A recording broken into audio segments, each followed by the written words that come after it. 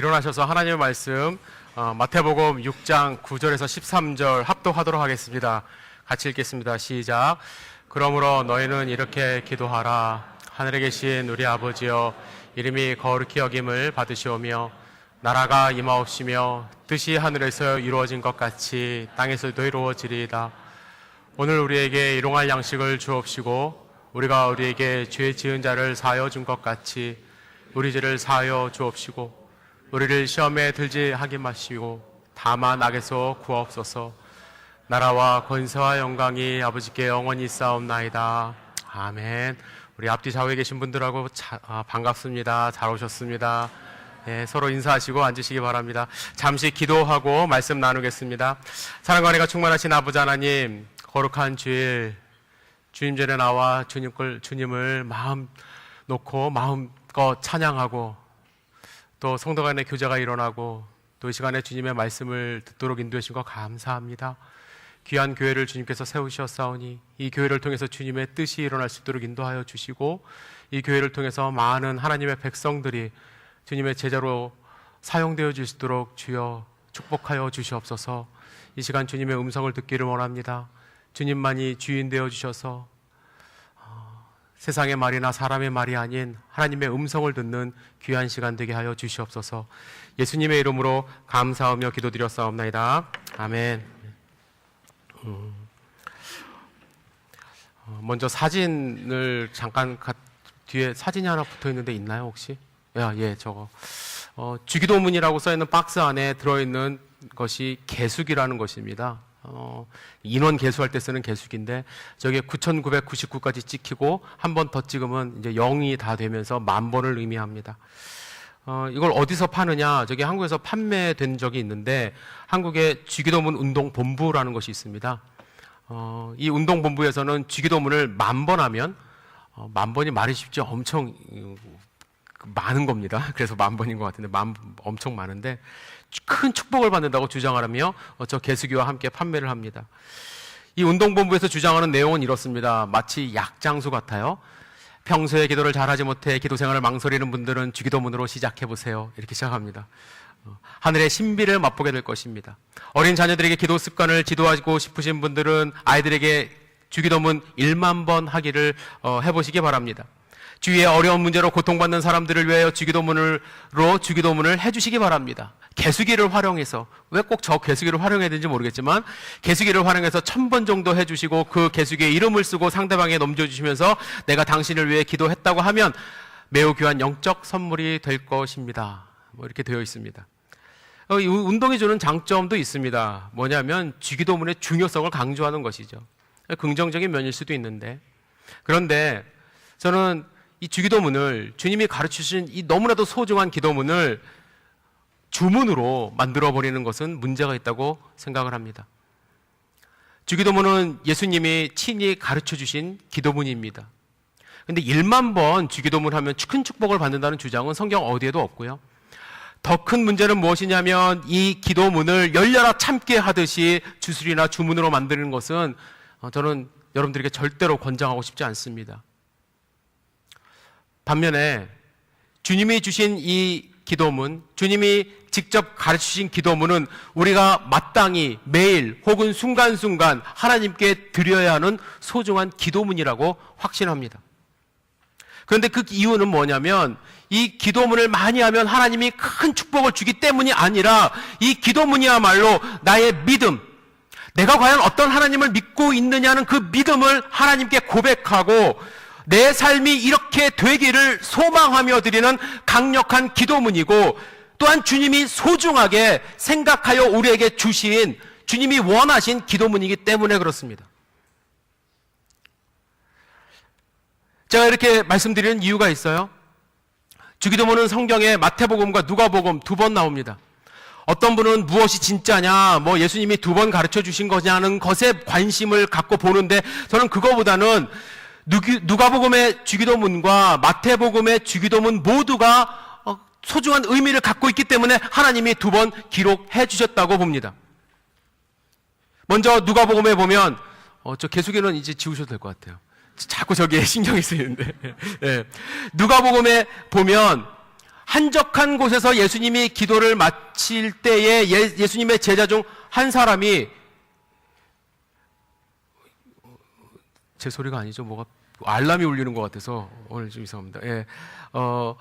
제자 중 한 사람이 요한이 제자들에게 기도를 가르쳐 준 것처럼 우리에게도 기도를 가르쳐 달라고 예수님께 말합니다. 여러분들 성경을 읽을 때 우리 참 주의해서 읽어야 돼요. 본문에서 중요한 것은 제자가 왜 주님 우리에게 기도 좀 가르쳐 주세요 라고 하지 않고 요한이 그 제자들에게 가르쳐 준 것처럼 우리도 그 기도를 가르쳐 달라고 했을까를 생각하며 읽어야 된다는 거예요. 왜 그랬을까요? 그 당시에는 예수님과 그의 제자들 말고도 많은 공동체가 있었다는 거예요. 유대인들 공동체가 있었어요. 유대인들은 그 공동체를 만들어 그 공동체에서 믿고 있는 믿음과 소망, 이상 철학을 담은 기도문을 만들어 함께 공유했다는 것입니다. 요한도 그렇게 했다는 거예요. 요한이 가르쳐준 기도는 기도의 방법, 처음에는 뭐하고 두 번째는 뭐하고 세 번째는 뭐하고 몇 분하고 몇 번하고 이런 방법이 중요한 것이 아니라 요한 공동체의 믿음과 소망을 담고 있었다는 것입니다. 예수님께 기도의 방법을 가르쳐달라고 한 것은 기도의 방법이 아니라 우리는 어떠한 소망과 어떠한 믿음을 가진 공동체입니까? 라고 예수님께 물은 것이고 예수님은 이러이러한 믿음을 가지고 이러이러한 소망으로 함께 공동체에서 기도하라고 가르쳐 주신 거예요. 따라서 누가복음에 나오는 주기도문의 강조점은 뭐냐면 공동체의 기도문이라는 공동체, 예수 공동체, 교회의 기도문이라는 거예요. 그럼 마태복음은 어떨까? 예수님은 마태복음에 보면 산상수훈 중간에 가르쳐 주셨어요. 그런데 주기도문의 위치를 잘 보시면 산상수훈의 정가운데 들어와 있습니다. 5, 6, 7장에 6장에 들어와 있어요. 그래서 학자들은 주기도문이 이렇게 가운데 위치한 것은 우연한 일이 아니라 예수님의 의도하심이 있었다는 거예요. 6장의 시작에 보면은 신앙생활을 어떻게 하라고 가르쳐 주십니다. 구제는 어떻게 하라. 그리고 나서 주기도문을 가르쳐 주시고 그리고 나서 금식에 대해서 가르쳐 주세요. 가장 중요한 신앙생활의 핵심이 있는데 그 중에서도 중간에 있는 것이 주기도문이라는 거예요. 이 주기도문을 통한 신앙 고백이 우리 신앙생활의 중심이 되어야 된다는 것을 마태복음을 통해서 알 수 있는 것입니다. 결론적으로 말씀을 드리면 주기도문은 교회 공동체가 함께 모일 때마다 혹은 개인적으로 나의 믿음을 고백해야 되는 신앙 고백적 기도문일 뿐만 아니라 우리 일상생활에서도 중요하게 생각하며 개인적으로 주님 앞에 드려야 되는 고백문이고 신앙 선언문입니다. 저는 오늘 여러분과 주기도문을 다 나누고 싶어요. 근데 그럴 수는 없잖아요. 시간 관계상 처음에 이 본문을 읽으면서 저걸 다 다룰 건가라는 생각을 하신 분들도 있겠지만 주기도문의 가장 중요한 두 가지 주제만 나누고 싶습니다. 두 가지 주제만. 첫 번째 주제는 뭐냐면 조금 전에도 제가 계속해서 강조했듯이 이 주기도문은 우리가 믿는 하나님에 대한 믿음의 선언문이라는 거예요. 선언문. 믿음의 선언문. 나는 이러한 하나님을 믿습니다라고 고백하는 것입니다. 여러분이 믿는 하나님은 어떤 분이십니까? 예수님은 기도를 시작하며 어떻게 시작하라고 하셨죠? 하늘에 계신 우리 아버지여 라고 고백하며 시작하게 하셨습니다. 저는 어릴 때부터 교회를 다녔기 때문에 주기도문 매일같이 했고 가정예배 드릴 때마다 했고 뭐 많이 했습니다. 그런데 한 번도 제대로 된 의미를 갖고 기도해 본 적이 없는 것 같아요. 하늘에 계신 우리 아버지 이름이 거룩히 여김을 받으시면 그냥 중언부언하듯이 했던 것 같아요. 근데 나중에 이 주기도문에 이러한 뜻이 있구나, 내가 이 말하는 고백이 이러한 고백이구나 라는 것을 깨달은 다음부터 기도가 잘 안 돼요. 내가 정말 이러한 고백을 하면서 살고 있는가, 내 자신을 돌아보기 때문에. 그래서 같이 생각해 보기를 원하는데 먼저 생각해 보기를 원하는 단어는 아버지입니다. 아버지. 왜 먼저 같이 생각해 보기를 원하냐면 헬라어 원어에는 어순이 어떻게 되어 있냐면 아버지여라고 시작합니다. 아버지여. 아버지여, 우리의 하늘에 계신, 이런 어순으로 되어 있어요. 예수님은 우리가 하나님께 기도할 때 파테르, 아버지, 아빠라고 그 기도문을 열게 하셨습니다. 어린아이가 품속에서 아버지를 부르는 친밀한 단어입니다. 우리는 지금 하나님을 아버지로 부르며 기도하시는 분들 많이 있습니다. 자연스럽게 불러요. 하지만 전능하신 하나님을 아빠라고 부르는 종교는 없습니다. 그리고 유대인들도 못 불렀어요. 과거의 유대문서 어느 곳에서도 하나님을 아빠라고 부른 적이 없다고 합니다. 하지만 원래 하나님은 이스라엘을 출애굽기에 보면은 뭐라고 말하셨냐면 죄송합니다. 말씀하셨냐면 맏아들로 칭하셨어요. 맏아들로. 그들은 맏아들이었어요. 하지만 그들은 하나님의 아들이 되지 못했습니다. 오히려 하나님께 멀어졌습니다. 이방신을 섬겼습니다. 그래서 예수님은 우리에게 하나님과의 친숙한 관계로서의 아버지와 아들, 아버지와 딸 관계로 초청하신 거예요. 예수님을 믿는 공동체, 예수님을 믿으며 함께 신앙생활하는 교회는 하나님과 먼저 친밀한 공동체가 되어야 하는 것입니다. 어떤 분은 아버지에 대한 기억이 별로 좋지 않아서 아버지를 부르는 것을, 하나님을 아버지로 부르는 것을 꺼려하는 분이 있다고 합니다. 그러나 하나님 아버지는 완벽하신 분이에요. 우리와 늘 함께 하십니다. 우리의 필요를 아십니다. 우리와 대화하기를 원하시며 단 한시도 우리를 그의 눈에서 벗어나기를 원치 않으십니다. 이러한 하나님을 경험한 사도 바울은 로마서 8장 15, 16절에 너희는 다시 무소하는 종의 영을 받지 아니하였고 양자의 영을 받았으므로 아바 아버지라 어떻게 한다고요? 부르짖느니라. 성령이 친히 우리 영으로 더불어 우리가 하나님의 자녀인 것을 증거하시나니. 갈라디아서 4장 6절 너희가 뭐예요? 아들인 고로 하나님이 그 아들의 영을 우리 마음 가운데 보내서 아바 아버지라 부르게 하셨느니라. 여러분, 하나님을 아빠라고 부르고 아버지로 부르며 기도를 하는 것이 얼마나 큰 특권인지요. 특권이에요. 권리예요. 우리에게 그러한 권세를 주셨다고 말씀하셨어요. 그렇다고 한다면 여러분, 하나님께 친밀한 아버지라고 부르며 기도할 수 있는 이 권리를 절대로 잃지 마시기를 주님의 이름으로 축복합니다. 제가 꿈꾸는 교회는 하나님을 아버지로 부를 수 있는 공동체예요. 모두가 함께 아버지로 부르며 기도하는 공동체입니다. 두 번째, 예수님은 하늘에 계신 분으로 하나님을 표현했어요. 여기서 하늘은 우리 눈에 보이는 푸른 하늘일 수도 있지만 성경에는 영적인 세계를 의미합니다. 하늘에 계신 하나님이 갖는 의미는 초월성을 강조하는 의미예요. 초월적인 분. 아버지라는 단어는 친밀한 관계 속에서 내재성을 강조한다면 하늘에 계신이라는 의미는 하나님의 초월적인 하나님의 능력을 강조합니다. 예수님은 기도를 통해서 하나님은 우리와 늘 함께 하시는 아버지임과 동시에 전지전능하신 초월하신 분임을 강조하는 것입니다. 이것을 이해하는 것이 정말로 중요해요. 어떤 분은 이걸 잘못 이해하고 계세요.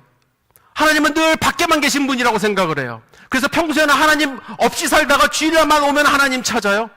교회만 계시는 줄 알고. 그게 아니라는 거예요. 하나님은 내재하시는 아버지 되심과 동시에 우리를 죄에서 구원하실 수 있는, 구원해 주시는 하나님 되십니다. 우리를 창조하신 분입니다. 예수님을 성육신으로 이 땅 가운데 보내신 분입니다. 어디에 있든지 우리와 함께 하시는 분입니다. 하나님은 아버지임과 동시에 초월적인 신이죠. 이러한 하나님을 우리는 믿습니다. 여러분이 믿는 하나님은 시시한 분이 아닙니다. 교회는 이러한 하나님을 의지하는 곳이 되어야 하는 것입니다. 그리고 셋째로, 예수님은 그냥 아버지가 아니라 어떻게 부르라고 하셨어요? 우리 아버지로 부르게 하셨어요. 우리 아버지. 우리나라 사람들은 우리라는 말을 아주 쉽게 잘 사용합니다. 보편적으로 사용하죠. 우리 집, 우리 엄마, 우리 아빠. 근데 특이하게 우리 안에 우리 남편이라고도 해요. 잘 생각해보면 이게 정말 엽기적인 단어입니다. 어떻게 아내가 남편이 이게 우리가 될 수가 있죠? 우리 아버지 그래서 그런지 우리 아버지라는 말을 별 그러니까 잘 생각하지 못하고 살아요. 근데 한 분이 우리 아버지가 될 수 있는 가능성은 언제입니까? 아버지라고, 우리 아버지라고 부르는 모든 사람들이 뭐일 때 가능한 거예요? 형제자매일 때. 각자의 아버지에게 우리 아버지라고 부르는 건 문제가 없어요. 근데 문제는 뭐냐면 우리가 믿는 하나님은 한 분이잖아요. 그 한 분을 아버지로, 우리 아버지로 부른다는 의미는 뭐냐면 여기 계신 모든 분들이 형제 자매라는 거죠. 기도가 쉽지 않아요. 그래서 집에서 혼자 기도할 때는 우리 아버지 가능한데 옆에서 같이 기도하는 형제 얼굴도 잘 모르고 이름도 모르고 또 때로는 미워하는 형제 자매가 있는데 갑자기 하늘에 계신 우리 아버지요, 아, 옆에 있는 사람이 내 형제고 자매구나 인식하면서 기도하는 것 큰 도전입니다. 위대한 도전이에요. 가볍게 여길 기도문이 아니라는 거죠. 우리는 예수 그리스도의 보혈의 피로 말미암아 하나님을 아버지로 부를 수 있는 특권, 아까도 말씀드렸죠. 영접하는 자, 곧 그 이름을 믿는 자들에게는 하나님의 자녀가 되는 권세를 주셨다고 말씀하셔서 그 권세를 얻었어요. 그런데 문제는 저만 얻은 게 아니라 여러분들 개개인 한 사람만 얻은 게 아니라 우리 모두가 하나님을 우리 아버지로 모실 수 있는 특권을 얻었다는 거죠. 교회는 친밀한 하나님과의 관계 속에서 하나님을 아버지로 부르고 초월적인 하나님을 믿고 의지할 뿐만 아니라 하나님을 우리 아버지로 함께 고백하는 형제 자매들이 모이는 곳이 되어야 한다고 확신합니다. 이렇게 설교하면 어떤 분들은 이제부터 주기도문 못하겠다 라고 다짐하지 마시기 바랍니다. 그렇게 돼야 되는 게 그게 그렇게 돼야 되는 거죠. 그렇게 돼야 되는 거예요. 안 하겠다는 게 아니라. 두 번째 드리고 싶은 말씀은 주기도문의 핵심 주제인데, 주기도문은 하나님의 나라가 우리의 삶에 임하고 하나님의 뜻이 이루어지기를 간절히 바라는 기도문이에요. 다시 한번 말씀드리겠습니다. 하나님의 나라가 우리의 삶에 임하고 하나님의 뜻이, 그 뜻이 이 땅 가운데 임하여지기를 바라는 그 목적을 갖고 드리는 기도문이라는 것입니다. 10절에 나라가 임하오시며 뜻이 하늘에서 이루어진 것 같이 땅에서도 이루어지리이다. 이것이 저는 주기도문의 핵심 주제라고 생각을 합니다. 이것이 신앙의 목표이고 우리 교회의 목표가 되어야 한다고 생각을 해요. 오늘 우리가 읽은 성경은 개역 개정입니다. 지금 성경에는 나라가 임하옵시며로 잘 번역이 되어 있습니다. 개역 개정 가운데는 번역이 좀 이상한 것도 있지만 이건 잘 된 것 같아요. 왜 그러면 나라가 주어가 맞습니다. 그런데 과거에 저가 어렸을 때만 해도 나라 2로 되어 있었습니다. 나라 2 임하옵시며. 그래서 많은 성도님들이 어떻게 주기도문을 외웠냐면 나라에로 많이 외우셨습니다. 혹시 나라에로 외우시는 분? 나라에로 손을 안 드시는 분들 가운데서도 제가 많은 걸로 알고 있어요. 이렇게 하면은 나라가로 하실 것 같죠? 아니에요. 집에 가서 혼자 그냥 무의식 중에 해보세요. 무의식 중에. 저도 그렇게 나와요. 나라에 임하옵시며 이렇게 나와요. 한 교수님이 이거 갖고 논문을 쓴 게 있는데 70%가 나라 2로 나라에로 한다고 합니다. 개역 개정이 나오기 전이에요.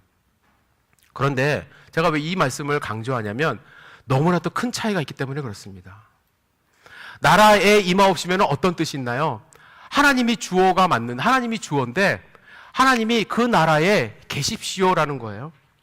그러나 나라가 임한다는 것은 뭐냐면 나라가 자체가 주어가 돼서 그 나라가 이 땅 가운데 임하기를 바라는 기도예요. 완전히 다른 이야기가 됩니다. 예수님은 하나님의 나라가 이 땅 가운데, 우리의 삶 가운데, 우리의 교회 가운데 이루어지기를 바라는 공동체가 되기를 원하셨어요. 그것이 바로 예수 공동체, 교회가 추구해야 되는 목표가 되어야 된다는 것입니다. 그렇다면 조금 더 생각해 봐야 될 것은 예수님이 말씀하시는 하나님의 나라는 어떤 나라인가? 여러분, 하나님의 나라 그러면 어떤 나라를 떠올리십니까? 많은 사람들은 각자의 생각으로 하나님 나라를 떠올려요. 하나님 이런 나라가 되게 해주십시오. 하나님이 이런 나라가 되기를 원합니다. 다른 목적을 추구하며 말을 합니다. 어떤 사람들은 하나님 나라는 부의 균등한 분배와 인격적 평등이 실현되는 공의가 있는 나라라고 이야기를 합니다. 그래서 어떤 유토피아를 얘기를 해요. 또 어떤 분들은 정말로 과거에 우리나라 같은 경우에 민주주의가 좀 잘 안 됐을 때는 이 민주주의가 제대로 되는 걸 하나님의 나라로 생각을 했습니다. 어떤 사람들은 사회주의, 공산주의를 이야기하는 분들도 있습니다. 그게 하나님의 나라가 아니에요, 근데. 예수님의 제자들도 착각하고 있었어요. 예수님이 이루실 하나님의 나라는 로마의 참혹한 통치에서 받은 그 박해, 구속, 이거불로 정치적인 해방을 얻는 그러한 나라를 기대했던 거예요. 그래서 제자들은 예수님이 그 나라가 임할 때 예수님 좌우에 저희를 앉혀주십시오라고 예수님께 부탁까지 했어요.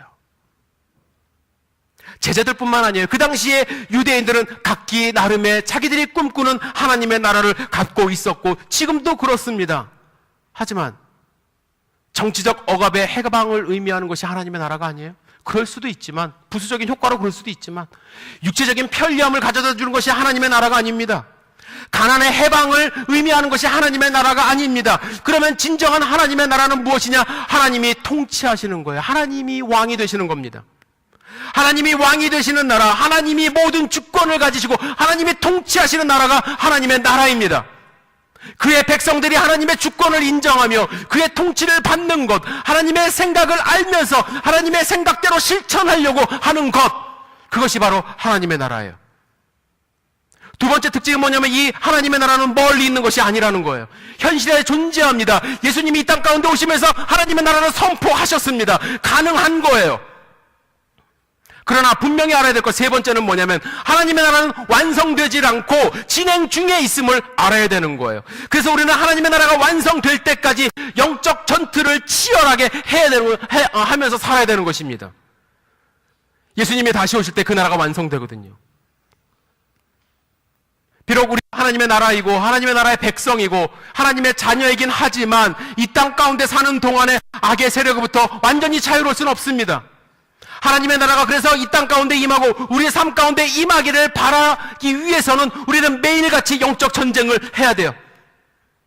때로는 죄의 유혹을 받을 수도 있습니다. 때로는 질병으로부터 노임을 받지 못할 때도 있어요. 하지만 또 때로는 죽음이 우리 앞에 있을 수도 있습니다. 하지만 예수님이 다시 오실 때 그 악들이 완전히 없어지고 하나님의 나라가 완성될 것을 우리는 믿고 의지하면서 하루하루 싸워 나가는 것입니다. 그래서 훈련받아야 돼요.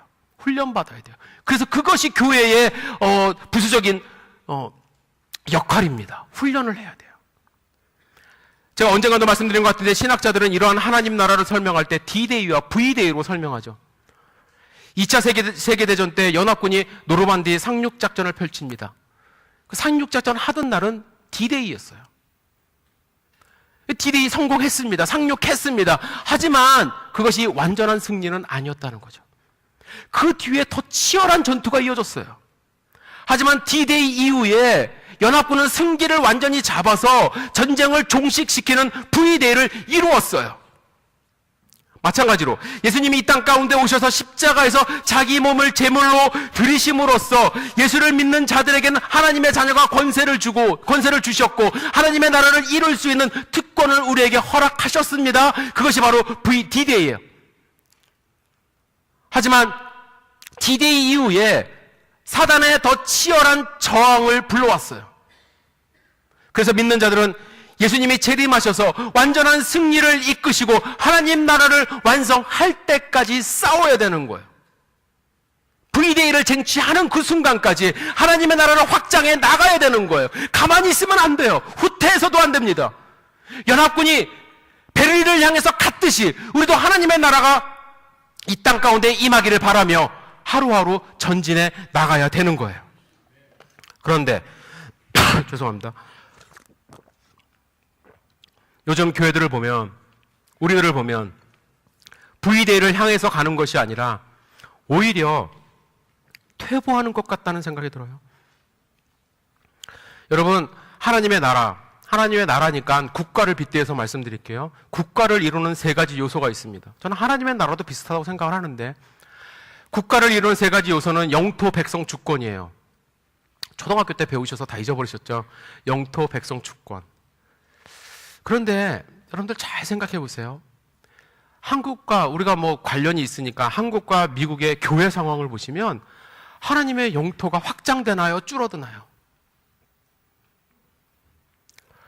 유럽은요, 말할 것도 없죠. 이미 이슬람 교도에게 교회가 팔리고 있고 교회 가도 몇 명 앉아있지도 않습니다.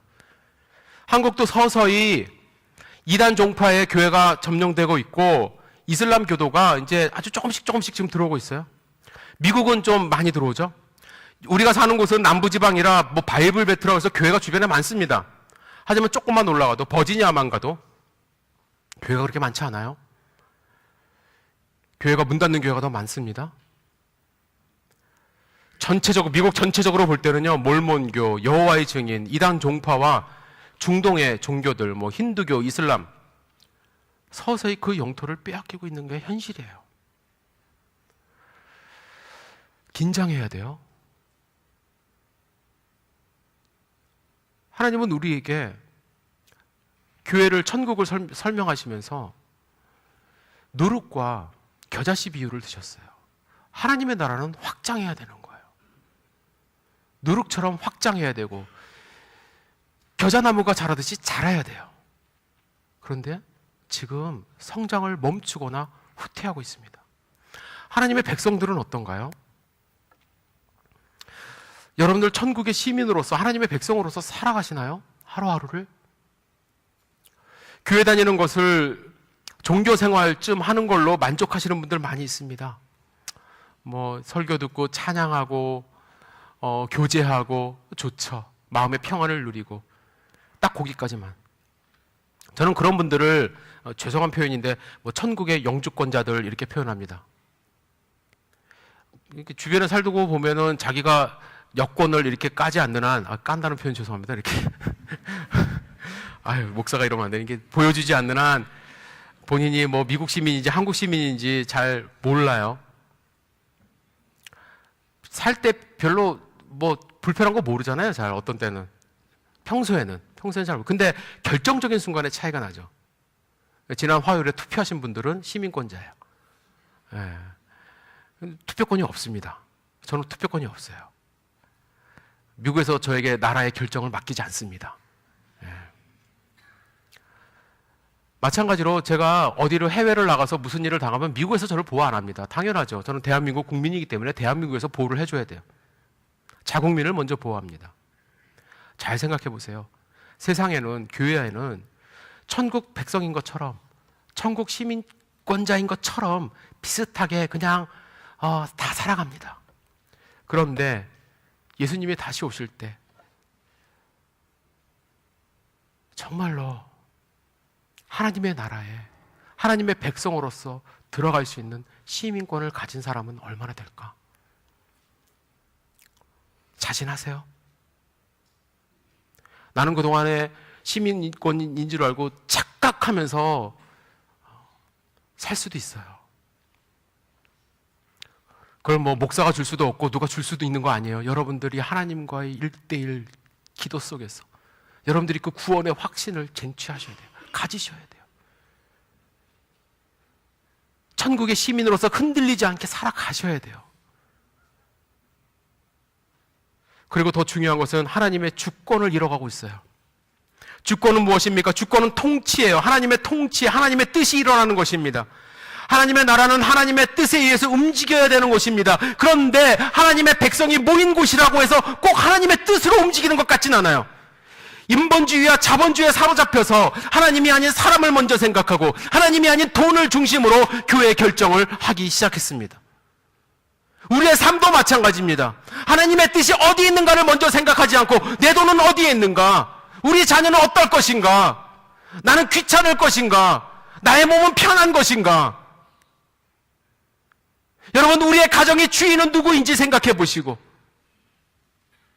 예수님은 그렇다고 한다면 나의 삶에, 우리의 가정에, 우리의 교회에 그의 나라가 임하여 하나님의 뜻이 하늘에서 이루어진 것 같이 땅에서도 이루어지라고 기도하셨는데 과연 거기에 맞춰서 살고 있는가를 생각해 보십시오. 교회는 이 땅 가운데 하나님의 나라가 세워지고 하나님의 뜻이 이루어지도록 하나님의 백성을 전도하고 교육하고 훈련하여 하나님께 영광 돌리는 그리스도의 몸이 되어야 된다고 확신합니다. 저는 웨이크포레스트 한마음교회를 사실 3주 전부터 다시 시작했습니다. 지금 설교하고 있어요. 시작하면서 오늘 우리가 함께 나누었던 주기도문을 묵상했습니다. 사실 처음에는 기도가 잘 안 돼서 뭘 어떻게 기도해야 될지 몰라서 주기도문으로 묵상하면서 기도하면서 시작했습니다.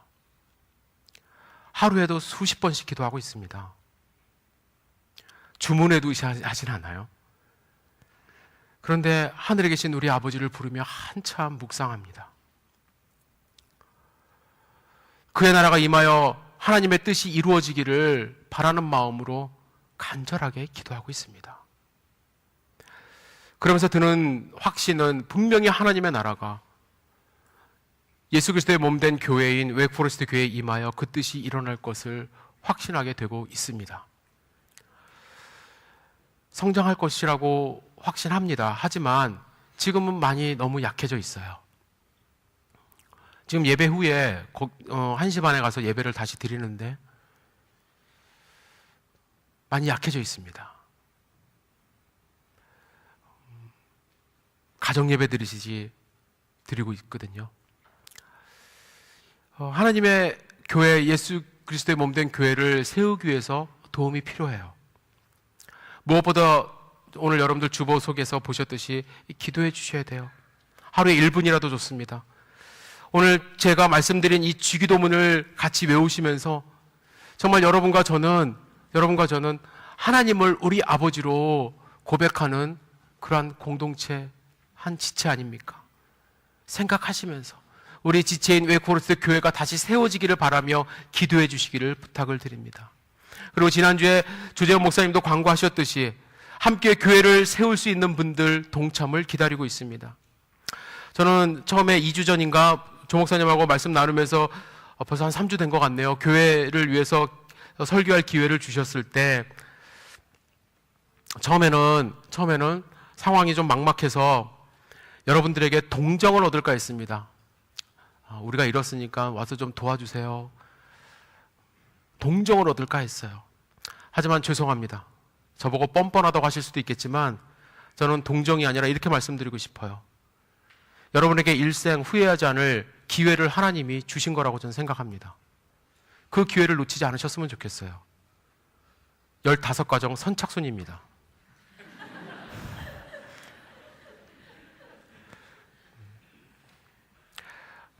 동정을 해도 몇 분 안 오실 것 같고 이렇게 해도 안 오실 것 같아서 이렇게 하기로 했습니다. 선착순은 아니고 힘드실 거예요. 여기 오시는 것보다 시간은 길고 환경이 열악합니다. 제가 해드릴 수 있는 게 별로 없어요. 하지만 해드릴 수 있는 것은 없지만 여러분들이 할 수 있는 건 많아요.